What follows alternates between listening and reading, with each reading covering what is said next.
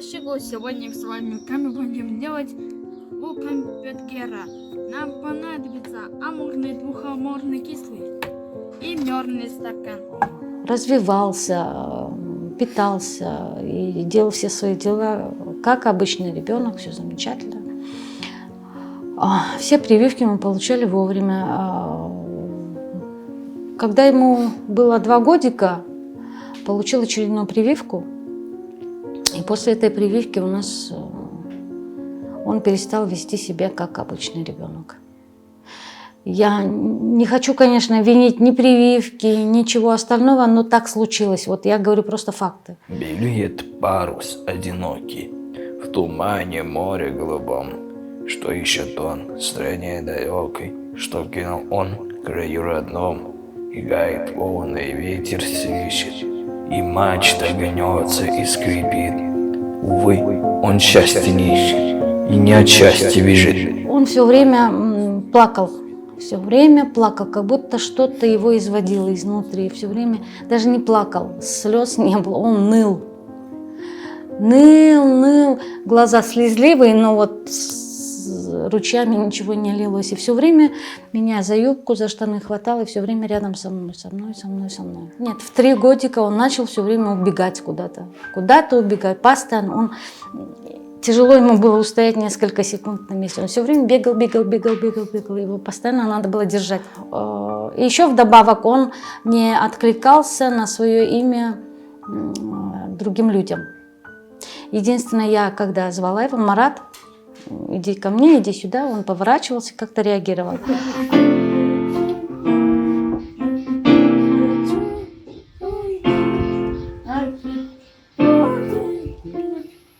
Продалась же фортепиано. Молодец!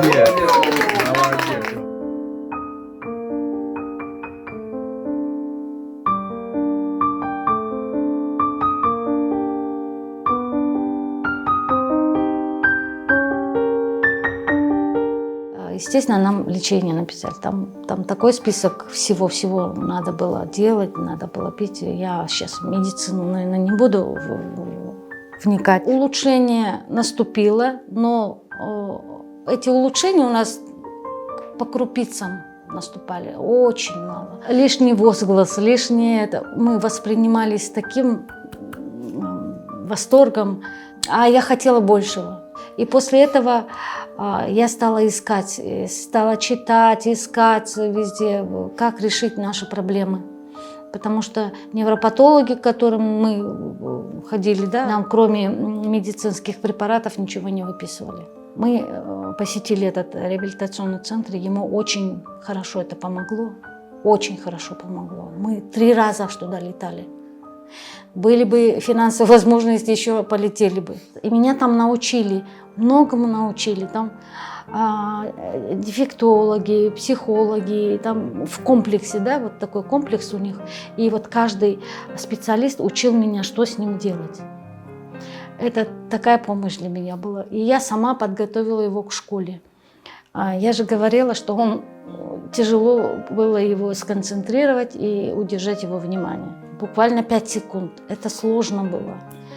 Знаете, что я сделала? Я вот допустим, вот такой угол, я его сюда сажала в угол, сама столом забирала его, напротив садилась, и вот так вот мы тренировались. 3 секунды сидел, 5 секунд сидел, потом выпускала, он побегает, опять сядет. И вот так вот мы тренировались. Потом к концу нашей учебы, домашней, он минут 20 спокойно мог сидеть. 20 минут. Дело в том, что он чужой голос не воспринимал. Чужой голос. Он воспринимает чужой голос как шум какой-то, фоновый шум или что-то такое. Я точно не знаю, но я предполагаю. И когда учитель, объясняя классу, мы сзади сидели, я воспринимаю все это, впитываю, а потом ей потихонечку на уши шепчу. И мы таким образом мы стали вникать в материал. И вот так все 4 года мы там отучились. Илгири, байдың малдың, бағып оқат, қылған бір кедей кеше болған екен.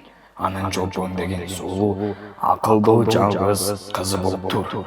Күндөрдүн биринде ошо караган бай киши кызында куда түшүп келип жетишпеген жашоо Надо правду сказать, не все учителя, не все школы готовы работать с такими детьми.